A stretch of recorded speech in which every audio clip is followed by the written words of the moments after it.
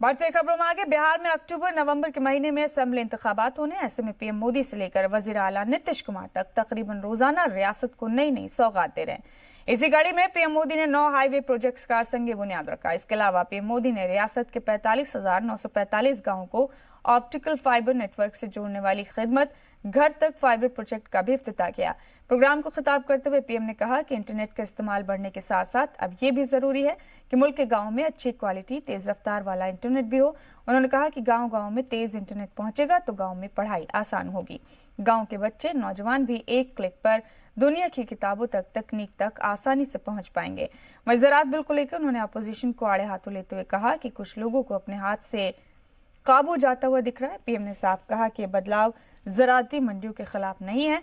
ज़राई मंडियों में जैसे काम पहले होता था वैसे ही अब भी होगा। अंदाजा लगा सकता है कि अचानक कुछ लोगों को जो दिक्कत होनी शुरू हुई है वो क्यों हो रही है। कई जगह ये भी सवाल उठाया जा रहा है कि अब कृषि मंडियों का क्या होगा। क्या कृषि मंडियां बंद हो जाएगी? क्या वहां पर खरीद बंद हो जाएगी? जी नहीं, ऐसा कतई नहीं होगा। और मैं यहां स्पष्ट कर देना चाहता हूं कि ये कानून, ये बदलाव कृषि मंडियों के खिलाफ नहीं है। कृषि मंडियों में जैसे काम पहले होता था वैसे ही अब भी होगा। बल्कि ये हमारी ही एनडीए सरकार है जिसने देश की कृषि मंडियों को आधुनिक बनाने के लिए निरंतर काम किया है।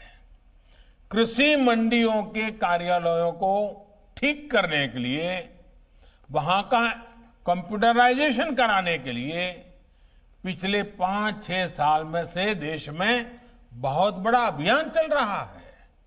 इसलिए जो ये कहता है कि नए कृषि सुधारों के बाद कृषि मंडियां समाप्त हो जाएगी तो वो किसानों से सरासर झूठ बोल रहा है। कृषि क्षेत्र में इन ऐतिहासिक बदलावों के बाद, इतने बड़े व्यवस्था परिवर्तन के बाद कुछ लोगों को अपने हाथ से नियंत्रण जाता हुआ दिखाई दे रहा है। इसलिए अब ये लोग एमएसपी पर किसानों को गुमराह करने में जुटे हैं। ये वही लोग हैं जो बरसों तक एमएसपी पर स्वामीनाथन कमेटी की सिफारिशों को अपने पैरों के नीचे दबाकर बैठे रहे। मैं देश के प्रत्येक किसान को इस बात का भरोसा देता हूं कि एमएसपी की व्यवस्था जैसे पहले चलती आ रही थी वैसे ही चलती रहने वाली है। इसी तरह हर सीजन में सरकारी खरीद के लिए जिस तरह अभियान चलाया जाता है वो भी पहले की तरह चलते रहेंगे।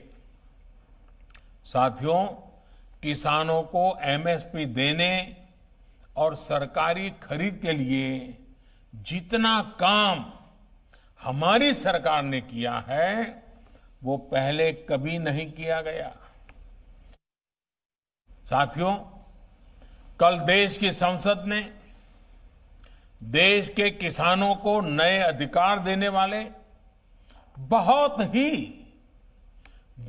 ही ऐतिहासिक कानूनों को पारित किया है। ये देश के लोगों को, देश के किसानों को, मैं आज जब बिहार के लोगों से बात कर रहा हूं उस समय पूरे हिंदुस्तान के किसानों को भी और भारत के उज्जवल भविष्य के लिए जो आशावान लोग हैं उन सब के लिए भी बहुत बहुत बधाई देता हूं।